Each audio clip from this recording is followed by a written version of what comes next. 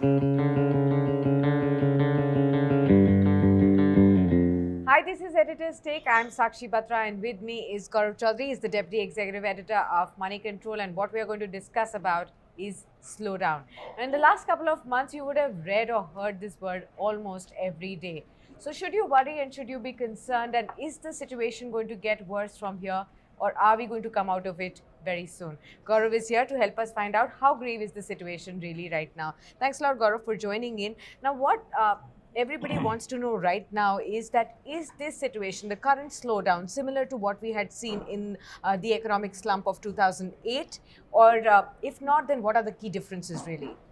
No, it's not similar at all. In 2008, on various aspects. In 2008, the slowdown was brought about by a global financial crisis. So the causes lie entirely elsewhere. Sure. In the current case, in 2019, in which the slowdown, the deceleration actually started in 2018 and it continues to persist until 2019. Some of the causes are within the economy. Okay. Also, please remember, in 2008. The size of the Indian economy was just about $1 trillion, just above $1 trillion. We are now about $2.7 trillion. Sure. So we are more than double the size of what we were in 2008. The policy responses to the 2008 crisis are fundamentally different from the crisis that we are facing now, or the slowdown that we are facing now. In 2008, it was a crisis. In 2009, it is a deceleration. The RBI had reacted in a similar manner, but much more frequently. We had seen out of turn policy rate cuts in 2008, whereas in the 8 and 9, whereas in the case of 2019, it has been more calibrated and nuanced. Clearly, the causes of both the slowdowns are very different. In 2008, as I said, it was brought about by a global financial crisis after the stunning collapse of Lehman Brothers, which was until then a Wall Street icon. In the case of 2019, there is a problem in our exports, but that we are in the middle of a global trade war. Two of the world's largest economies are involved in a bitter battle over trade tariffs. That is the US and China. And countries like India and rest of the world are facing the heat. So that has hurt our export competitiveness. But there is also a slowdown in domestic demand, where the causes for which lie within, not without. Right. But do you think in this kind of a scenario, can the government really consider giving a fiscal stimulus like it had given in the 2008 time as well? So it's, as I said, the fiscal conditions are also very different. The policy framework is very different, and the regulatory architecture is very different. In 2008, for instance, when there was a demand slump, and the auto industry was going through a similar crisis because people were buying fewer cars and there were jobs lost in the financial sector. Sure. In 2008, the crisis actually was in the financial sector.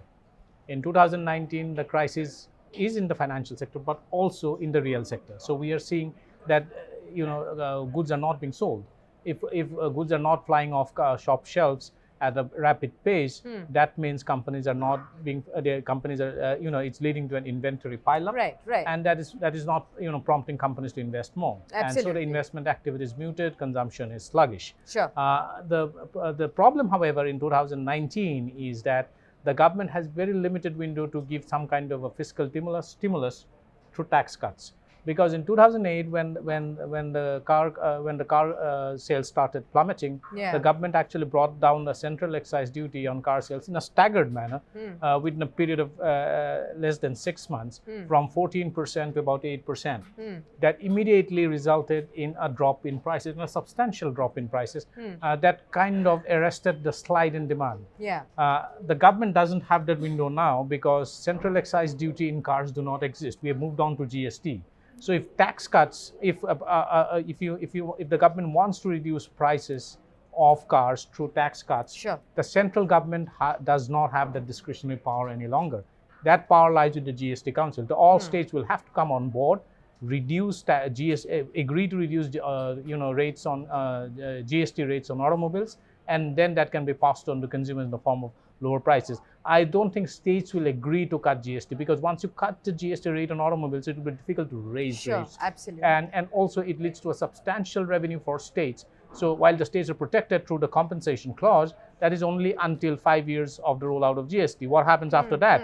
So there are various constraints that are very different now than when it existed in 2008. So the fiscal conditions that the government is operating now are very different from what it was 11 years ago. So if not the tax incentives, what else? What other measures can the government really take to turn around the economy right So now? one of the way that the government can actually make an immediate impact is at the aspect of sentiments.